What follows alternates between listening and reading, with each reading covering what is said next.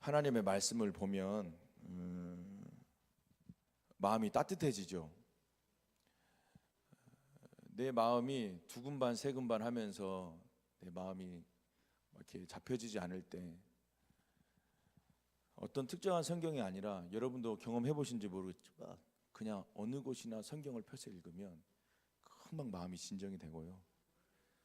아, 그렇지, 하나님의 말씀이 나에게 약속해 주셨는데, 하나님이 원수를 사랑하라고 했는데, 예수 그리스도께서 십자가에서 죽으신 것이 곧 우리 죄를 용서해 주신 것인데, 우리가 용서받은 죄인인데 금방 하나님의 은혜가 임하죠.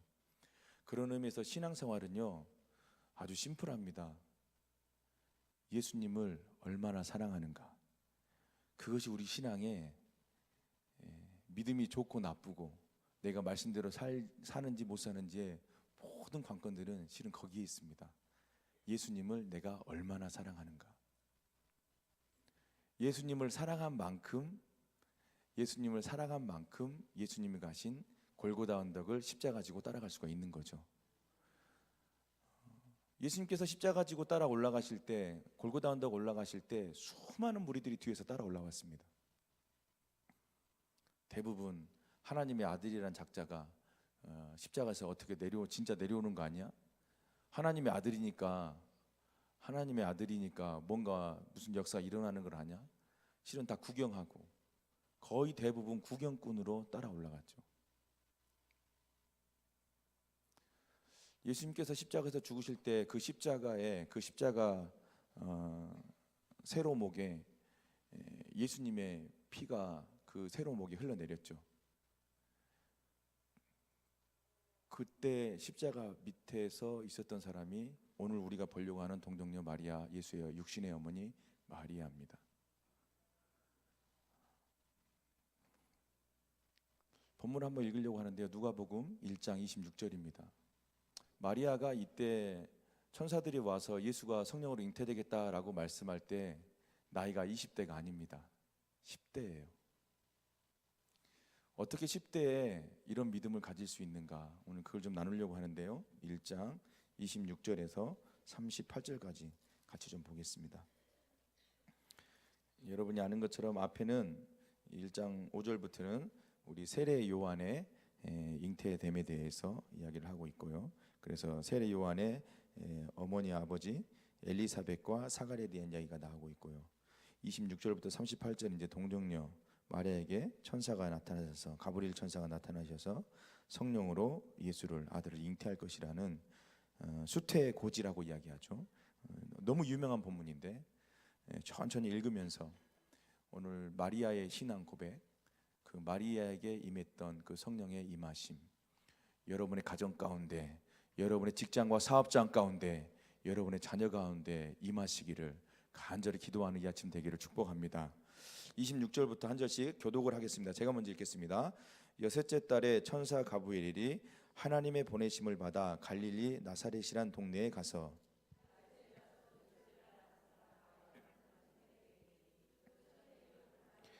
그에게 들어가 이르되 은혜를 받은 자여 평안할지어다, 주께서 너와 함께 하시도다 하니, 천사가 이르되 마리아여 무서워하지 말라, 내가 하나님의 은혜를 입었느니라.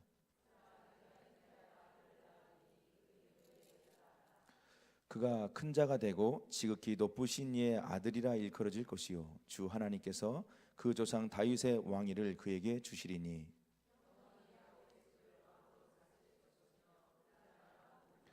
마리아가 천사에게 말하되 나는 남자를 알지 못하니 어찌 이 일이 있으리이까.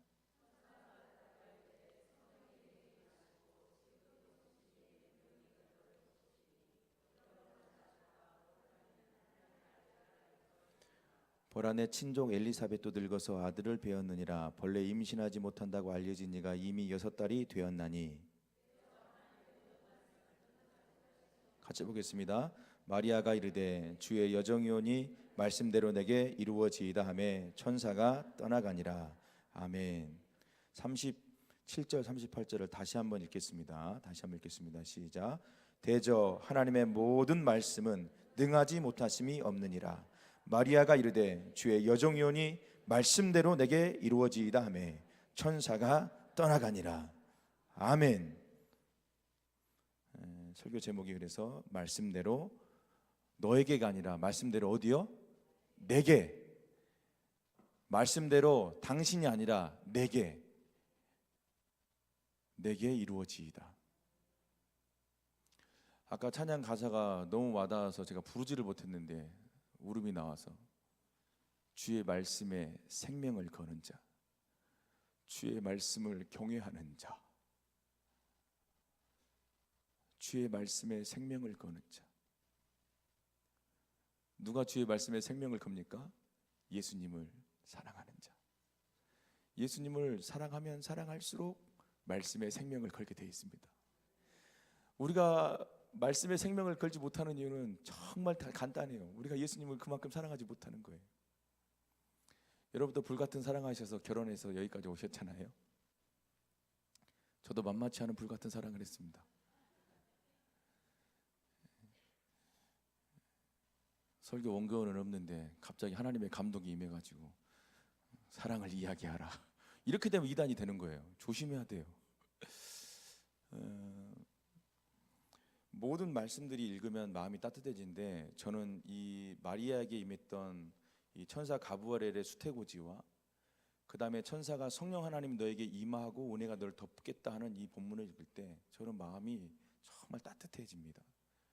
왜냐하면 이 마리아의 신앙과 믿음이 너무 예뻐요.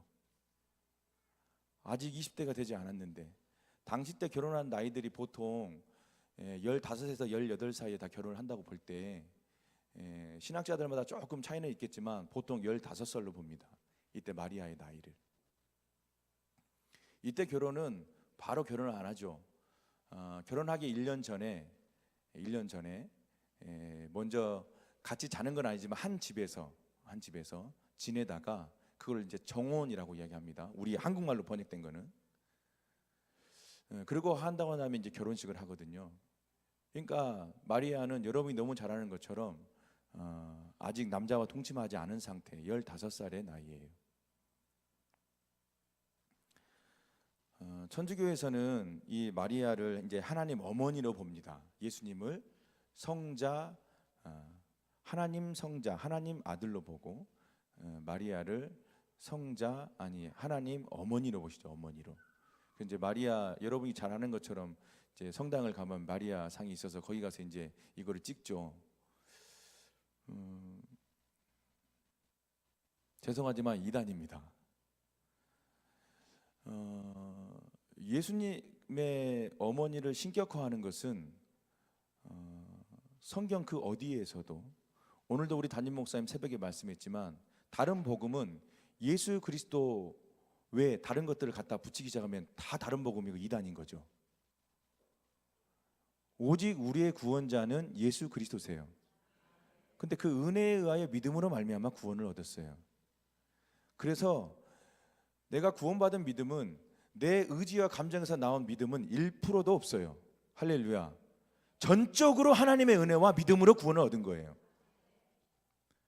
다시 말해서 마리아가 예수 그리스도의 아들의 나심을 천사로부터 수태고지 받을 때, 마리아의 가지고 있었 이 신앙의 고백이 말씀대로 내게 이루어지다 라고 고백했을 때, 마리아의 신앙 고백이지만 여기에는 마리아의 믿음은, 죄송하지만 마리아의 감정과 의지를 쏟아내는 믿음은 없었다고 봐야 돼요.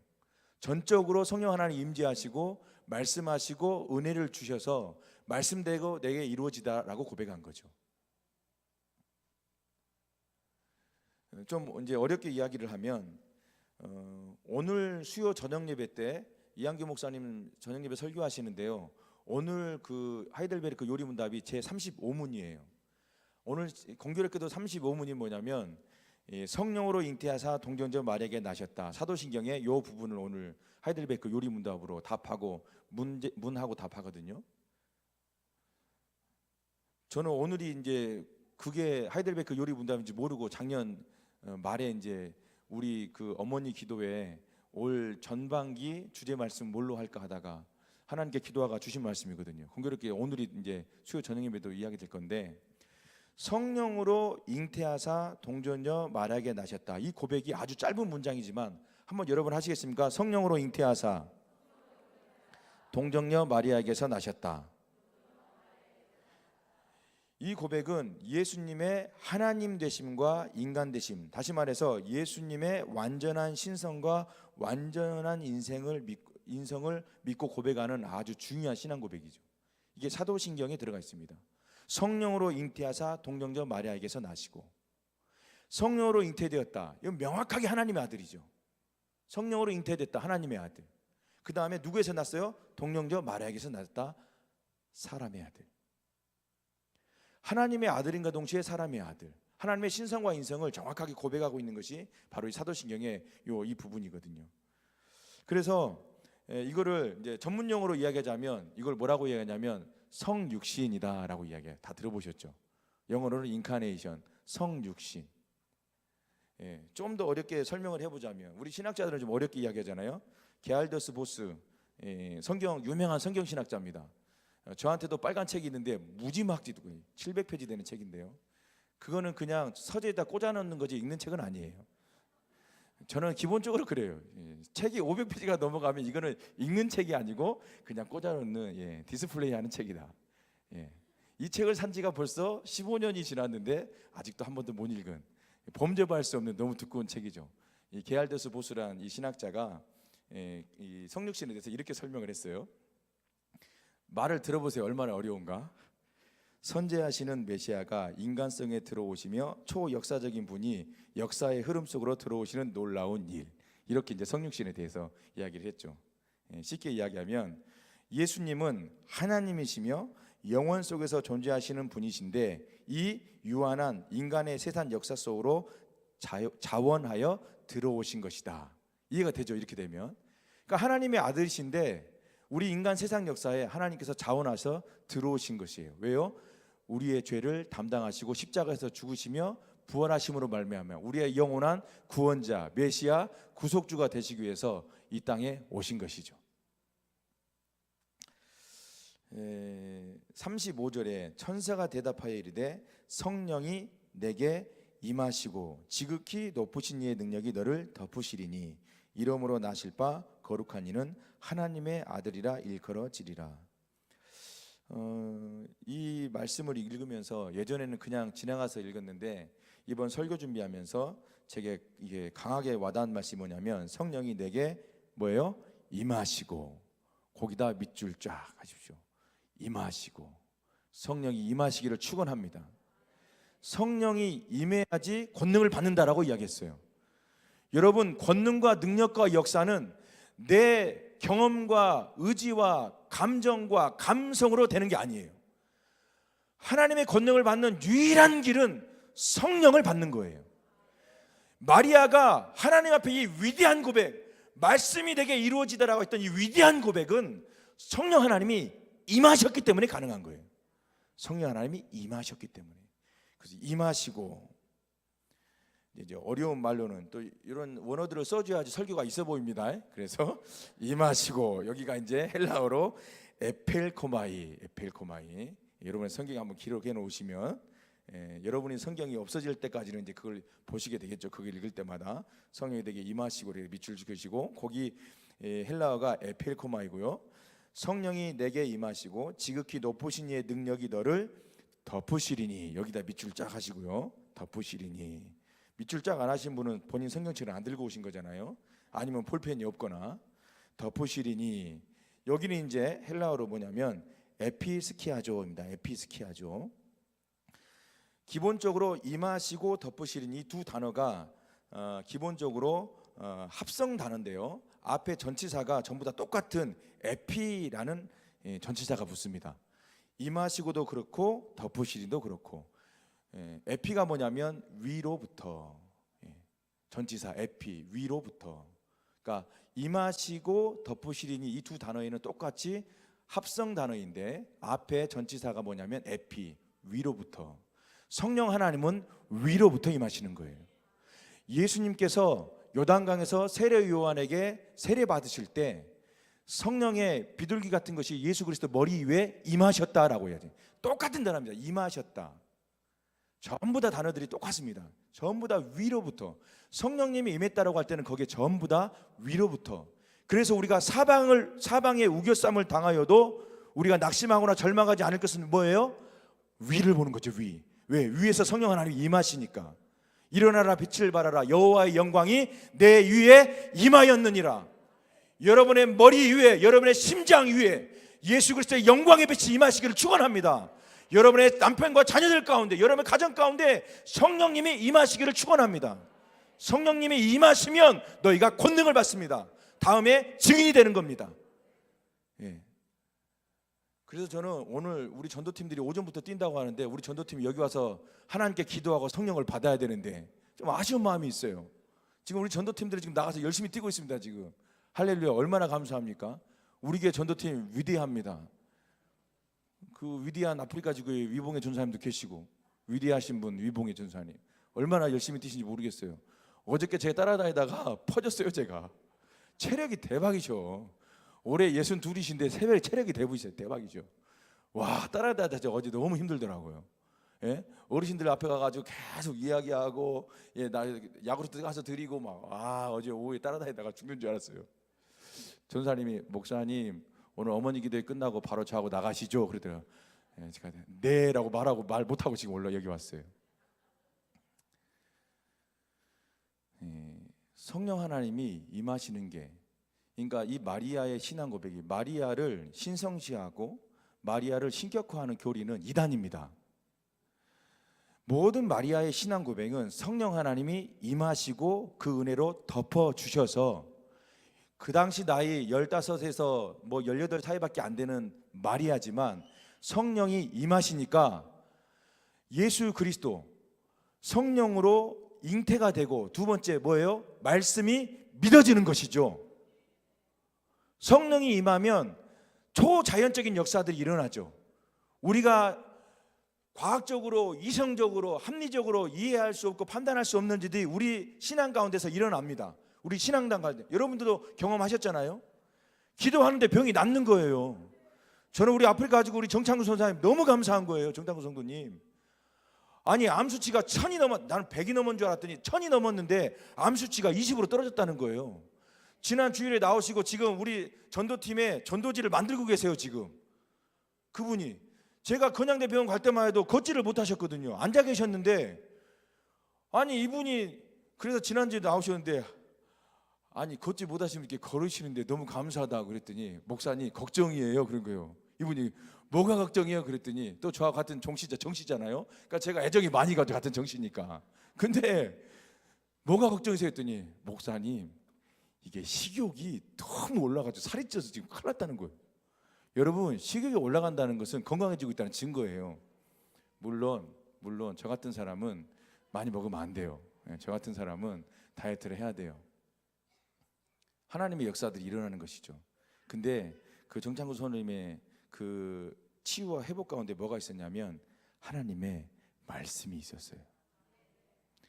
딱 진단받고 나서부터 그분이 시작하신 게 뭐냐면 바이블 타임을 날짜별로 읽는 게 아니라 손 잡는 대로 읽어내려가기 시작하는 거예요. 그 다음이 궁금하셔가지고 우리 권사님이 세번역 성경을 이게 사가지고 직접 갖다 주신 거예요. 그 다음 읽고 싶으시니까 막 말씀을 하루에 100장씩 읽어내시기 시작하시면서 말씀이 꿀소금처럼 달다는 표현들이 맞는 거죠. 말씀이 들어가기 시작하니까 신앙이 회복되고 수요 예배 나오시고 주일 예배 나오시고 이제는 전도지를 말고 계신다는 게 너무 감사하죠. 성령 하나님의 역사죠. 제가 그래서 이번 전반기에 주제 말씀이 말씀대로 내게 이루어지이다. 근데 이 말씀대로 내게 이루어지다는 이 마리아의 신앙 고백은 꼭 기억하십시오. 성령 하나님이 임하시고 은혜를 덮어주시고 그때 마리아가 신앙 고백한 거예요. 말씀대로 내게 이루어지이다. 성령 하나님이 누구에게 임재하십니까? 여러분 너무 잘 아시죠? 목마른 사슴이 시냇물을 찾아 헤매이듯 오늘 또 하나님의 은혜 아니면 하나님이 나를 만나주시지 않으면 나는 1분 1초를 살 수 없습니다 라며 간절함과 갈급함으로 주 앞에 달려나온 사람들, 하나님은 그 사람들에게 성령을 충만함을 허락해 주시죠. 그래서 믿어지지 않던 것이 믿어지게 되고요, 불가능이 가능케 되고요. 오랫동안 기도하다 낙심했는데 다시 말씀이 주어지고 성령이 임하시면, 위로부터 성령이 임재하시면 다시 그 기도 제목을 붙들고 기도하게 되고, 내 기도의 물이 다시 한번 강해지고 담대해지는 것이고요. 내가 늘어뜨려졌던 내 손들이 다시 한번 주 앞에 두 손을 부여잡고 하나님 전에 달려나와 기도하기 시작하는 것이죠. 하나님, 제 믿음이 좀 흔들렸었습니다. 그러나 성령 하나님이 오늘도 내게 믿음 주셔서 기도하게 하시니 예수의 영으로 충만케 하시고 성령으로 충만케 하셔서 아버지 하나님, 내가 하나님이 응답해 주신 그때까지 기도하겠습니다. 하나님이 응답해 주실 때까지 내가 끝까지 인내해서 하나님의 열매를 보겠습니다. 그런 신앙 고백이 여러분의 신앙 고백 되기를 축원합니다. 그래서 한 가지 더 이야기하자면, 여러분이 너무 잘 아는 사도행전 1장 8절 있죠. 거기도 보면 오직 성령이 너희에게 뭐예요? 임하시면, 똑같은 단어입니다. 임하시면, 임하시고 에펠코마이, 위로부터 하나님이 은혜가 주어지는 것이죠. 그래서 오직 성령이 너에게 임하시면 에펠코마이, 너희가 권능을 받고 예루살렘과 온 유대와 사마리아 땅 끝까지 이르러 내 증인이 되리라. 같은 단어가 지금 쓰이고 있죠. 그런데 이 단어가 구약에서도 쓰였어요. 여기는 여러분이 성경을 꼭 한번 찾아봤으면 좋겠는데요. 여러분이 잘 안 찾아보는 말씀이니까 여기는 찾았으면 좋겠는데, 구약 성경입니다. 이사야서 32장 15절. 띄우지 마시고요, 여러분들이 성경을 직접 찾으십시오. 이사야서 32장 15절. 이사야서 32장 15절입니다. 성경의 중간 지점을 딱 휘어잡으면 이사야가 나옵니다. 이사야서 32장 15절.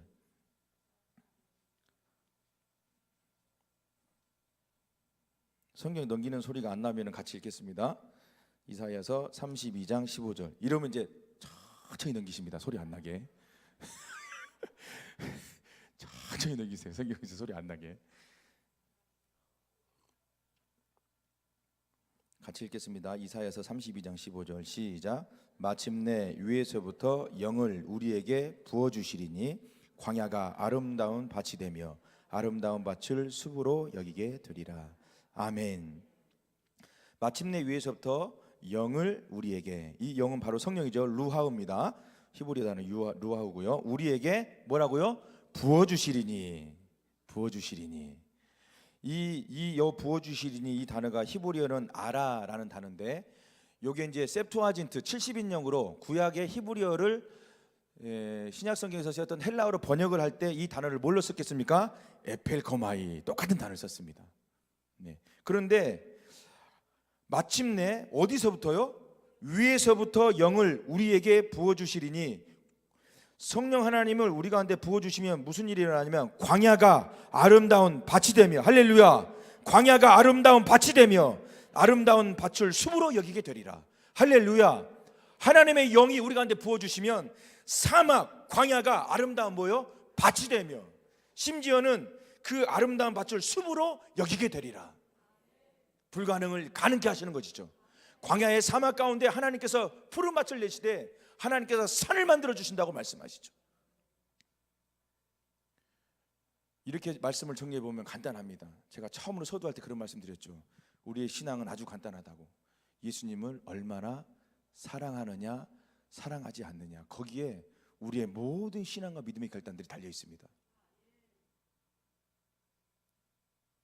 그래서 말씀은 실제입니다. 여기서 아멘 하셔야 돼요.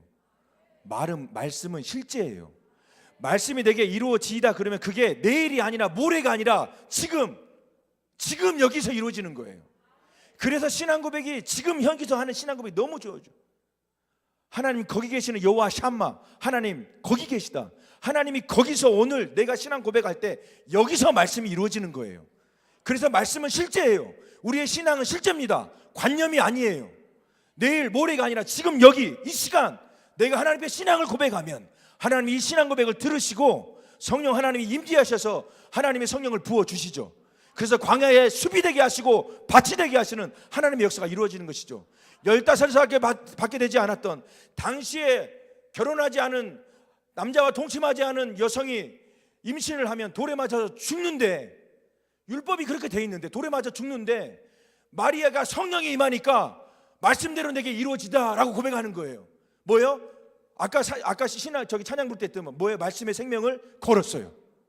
마리아는 말씀의 생명을 걸었습니다. 마리아는 말씀의 생명을 걸었어요. 말씀을 경외하는 자였어요. 성령이 임하니까 간단하죠. 그러니까 신앙은 아주 간단해지고 심플해집니다. 내가 예수님을 얼마나 사랑하지 않느냐.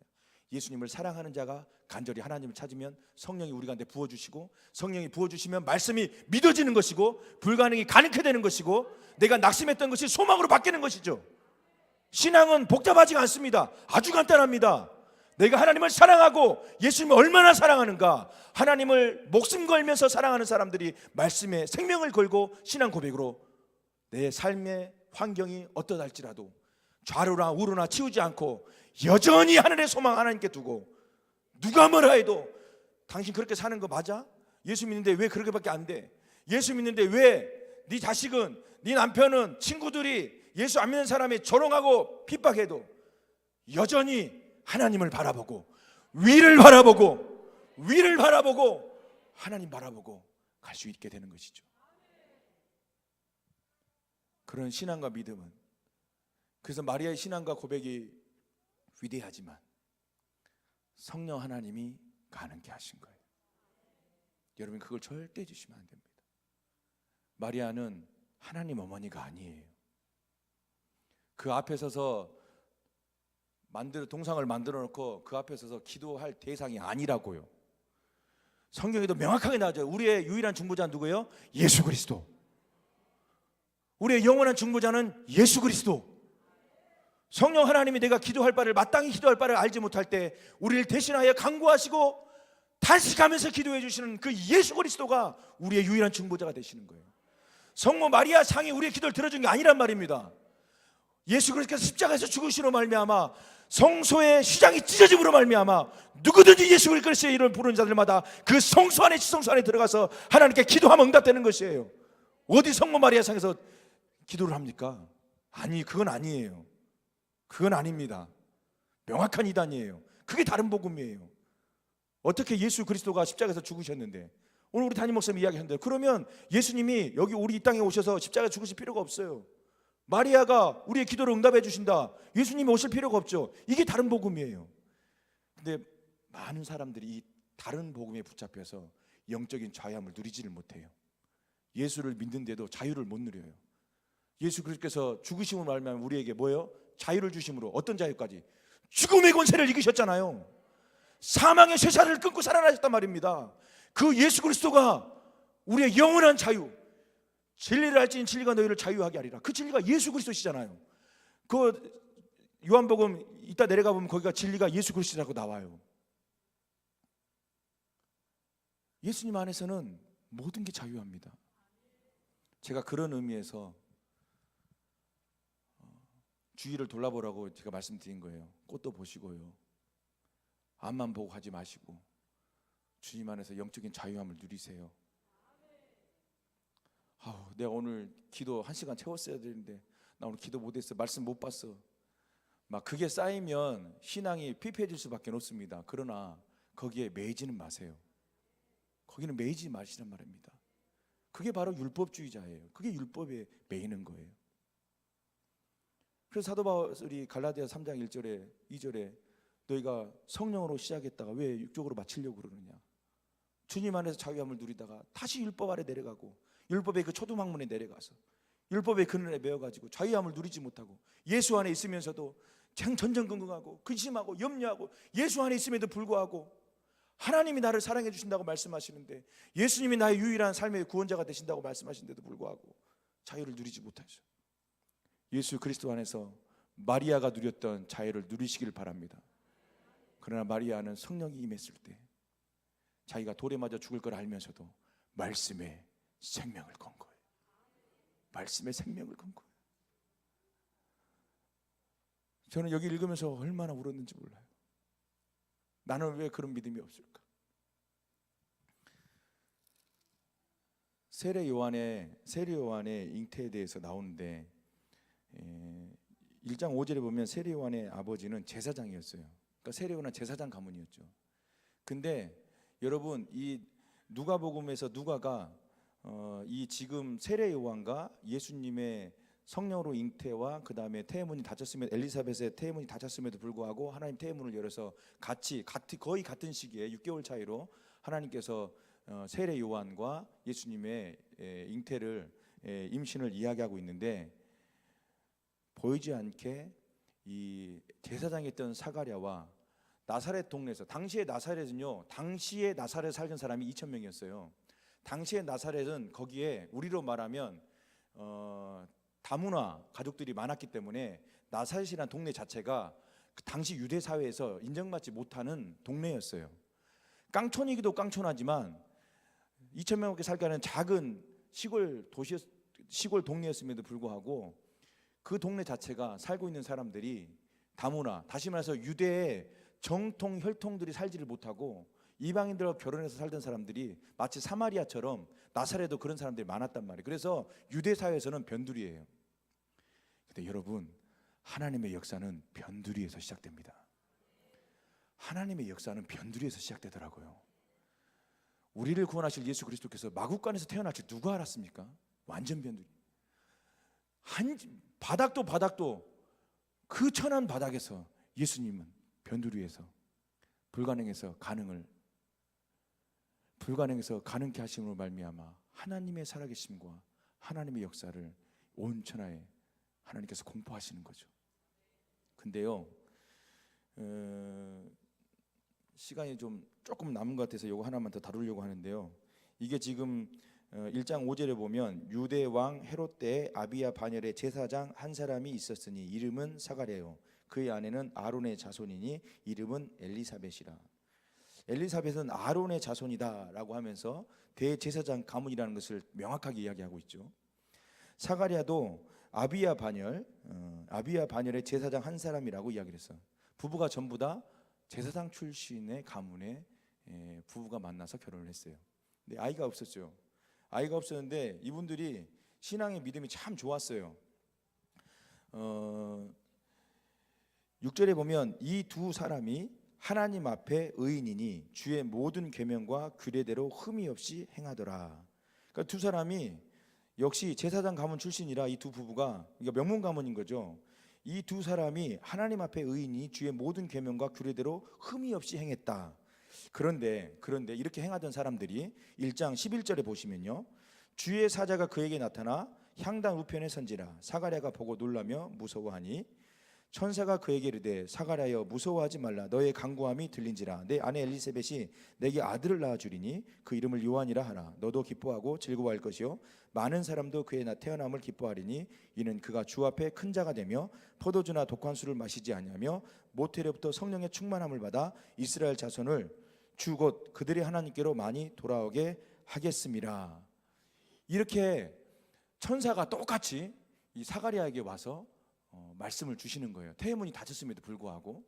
여기에서 그러면 사가랴가 그 마리아처럼 말씀대로 내게 이루어지다 이렇게 신앙 고백하면 끝나는데 1장 20절을 같이 읽겠습니다. 1장 20절입니다. 20절 1장 시작. 보라, 이 일이 되는 날까지 내가 말 못하는 자가 되어 능히 말을 못하리니 이는 내가 내 말을 믿지 아니함이거니와 때가 이르면 내 말이 이루어지리라 하더라.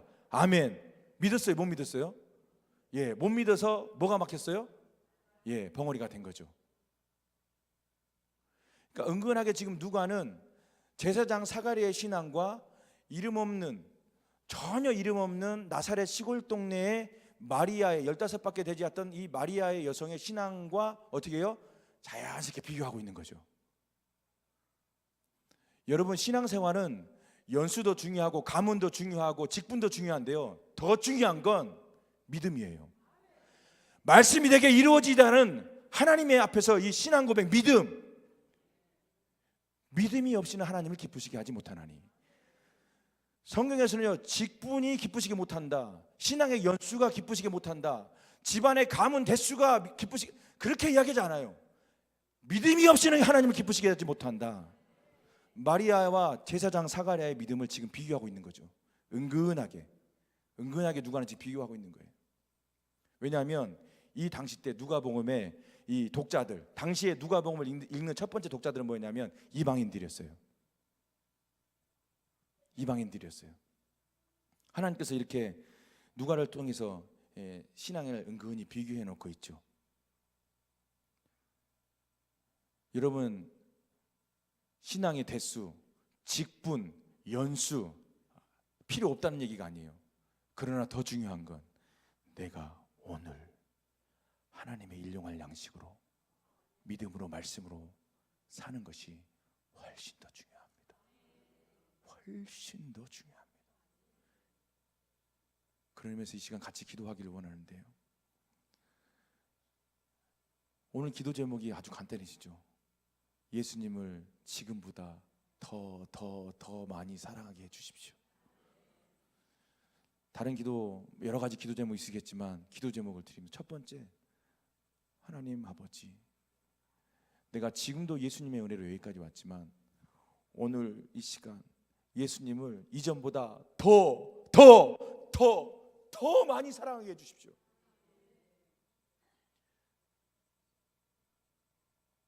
성령 하나님, 임재하여 주십시오. 하나님, 내게 임하여 주십시오. 하나님 은혜로 나를 덮어주십시오. 하나님의 은혜로 여러분의 자녀를 덮어주시고, 여러분의 직장과 사업장을 덮어주시고, 아버지 하나님께서 여러분의 남편을 하나님의 은혜로 덮어주시면, 아버지 하나님께서 여러분의 가족의 구원도요, 아까 목사님의 신앙 고백처럼, 아까 그 목사님의 신앙 고백처럼 하나님께서 돌아오게 하십니다. 불교신자 33년 아무 상관없어요. 기도하면 돌아옵니다. 기도하면 응답되는 것이에요. 하나님 지금보다 더 예수님을 사랑하게 해주십시오. 하나님의 성령 하나님 나가운데 임재하여 주시고 임하여 주십시오. 덮어주십시오. 다스려 주십시오. 통치하여 주십시오. 이 두 가지 기도 제목, 그리고 여러분의 기도 제목, 개인 기도 제목 가지고 다 같이 함께 이 시간 기도하겠습니다. 기도합니다.